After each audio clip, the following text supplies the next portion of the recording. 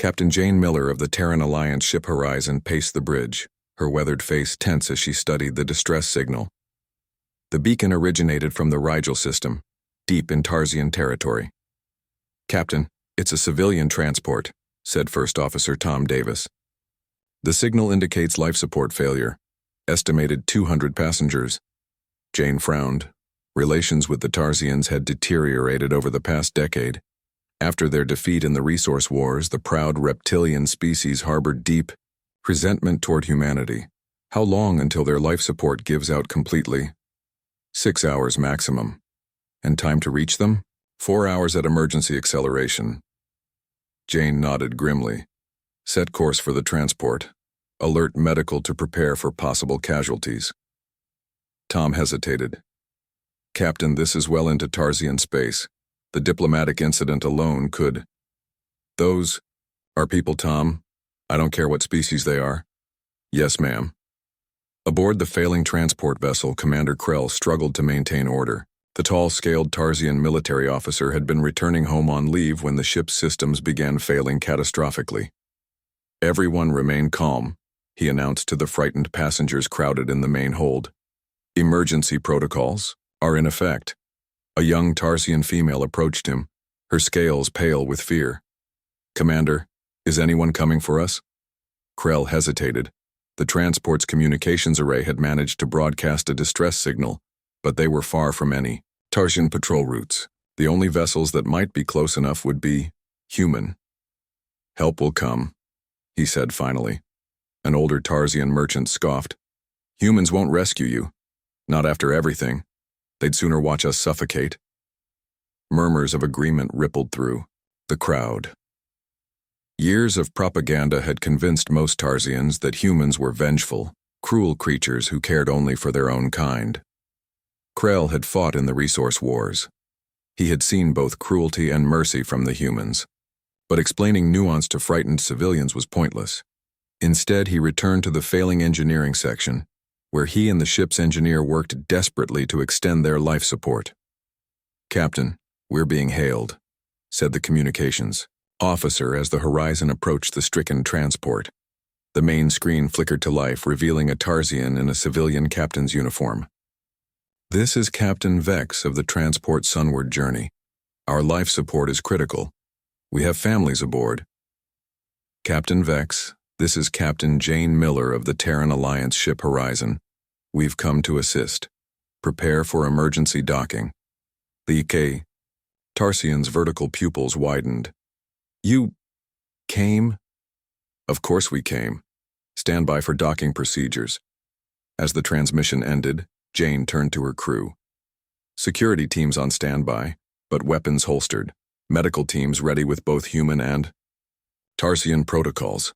The Horizon shuddered as it connected with the failing transport. Krell stood at the airlock, surprised to find himself nervous. He had fought humans, killed humans, but never expected to be rescued by them. The airlock cycled open. A human woman in a captain's uniform stood there, flanked by medical personnel, carrying equipment. "Commander Krell," he introduced himself. "Acting security chief for this voyage. Captain Jane Miller. We've brought atmospheric supplements and medical support. How many wounded?" 12 injured during the initial system failure. The rest are suffering from early oxygen deprivation." Jane nodded. "My teams will assist yours. We'll need to evacuate everyone to the Horizon while we determine if your vessel can be salvaged." Krell followed her as human medical teams rushed past, efficiently setting up treatment stations. The passengers watched in stunned silence as humans, the supposed enemy, worked to save them. The merchant who had spoken against humans earlier approached hesitantly. "Why are you helping us?" Jane didn't pause as she helped a medic unpack supplies. "Because you needed help. But we are Tarsians, your people," she replied simply. 6 hours later, all passengers had been transferred to the Horizon. The human engineering team had determined the Tarsian vessel could not be saved. A cascade failure in the main power systems had damaged too many critical components. In the Horizon's mess hall, now crowded with Tarsian refugees, Krell found Captain Miller, reviewing manifests. "Your government has been notified," she told him. A Tarsian cruiser will meet us at the border in 2 days to transfer everyone. Thank you, Krell said, the words feeling strange. The stories we tell about humans, they were wrong. Jane looked up, a wry smile on her face. Not entirely. We can be stubborn, reckless, and sometimes aggressive.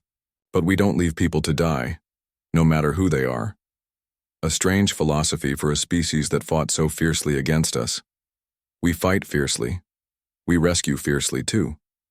She shrugged. It's just who we are. 2 days later, as the Tarsian cruiser came alongside the horizon, the passengers prepared to transfer.